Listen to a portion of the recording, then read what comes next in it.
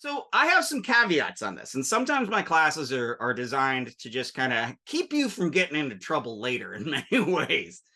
All right, so be careful when you yourself approach someone who does divination or you yourself interprets divination. Some divination, like I said, is prescriptive. It tells the future. It's like supposedly really going to happen. Others, and I find astrology really useful on this, is descriptive. When they'll look at it and be like, all right, this is why you're feeling like this right now, because your stars are in this house. And that's kind of great because what it does, it sort of shakes up your current narrative and you put a new narrative about yourself in, and that can lead to all sorts of exciting insights. All right.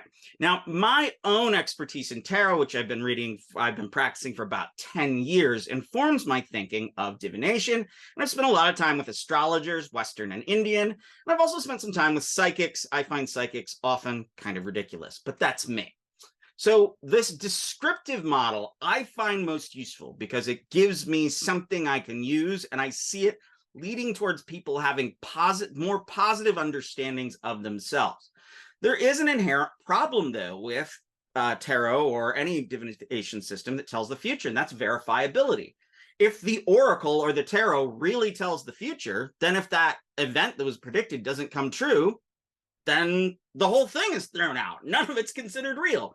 The amusing thing is that people that are really into divination find intriguing ways to interpret so that the oracles or the divination systems are actually correct. And sometimes they'll go to convoluted ends to get there. Far be it from me to judge.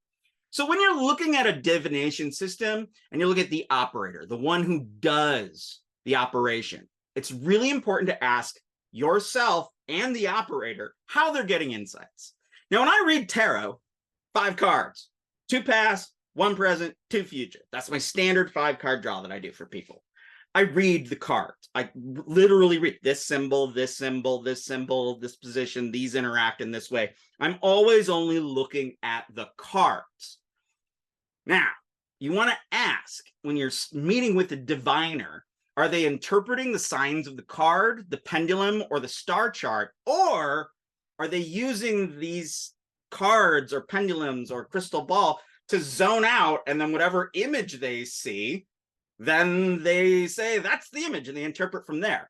I'm really resistant to any diviners that just see stuff from the cards without having a system they're interpreting. You need to make sure that the method of the result they're saying matches actually what technology you see in front of you. Okay, so when divination is prognosticatory, it has all these elements of interpretation on the part of the operator. And I mean, I got to stop and go, how could these things work? As a materialist thinker, I mean, how could it be that the cards give meaning to the future? I just don't buy it. But the cards do sure help me reinterpret the past or the present and create stories for the future that are aspirational or maybe warning me of something in the future. It helps me think differently. And Lord knows I can always use to think differently. Any practitioner of one of these divination technologies will have the moment guaranteed when they realize they could manipulate the tech, they can manipulate the cards, they can manipulate the symbols or the pendulum in order to manipulate the client. Take that in. If you're any good at this, you will have a moment where you go, oh man, I could tell this person what they want. And then they'd be so happy, but that's unethical. Or even at the farthest way, you could be manipulating someone to get themselves into a situation they're dependent on you doing the divination. And then suddenly you can start getting lots of money out of them. And that happens all the time. So when I'm talking about the descriptive prognostication, what I want you to see is it taps into the unconscious. There's this conversation that happens between the operator and the client. So, and I'll demonstrate a tarot reading for us in a future module. There's a whole thing where you're like, I'm seeing this and these cards and this. Does that make sense to you? And like, oh, wait, I know what that is. Oh, okay. Is it that? And then like together, you're doing the interpretation. If it's just they're reading the cards and they're not asking you any questions, that's another bad sign. All right, so there should always be a conversation. I actually noticed that astrology is really useful to describe and nuance tensions I'm having in my current life. And I see this happen when lots of people get astrology cards. A pendulum practitioner, for instance, can always shape their question into a yes or a no, but maybe they don't shape it in a way that you really buy. So listen to the way that they're setting out their questions.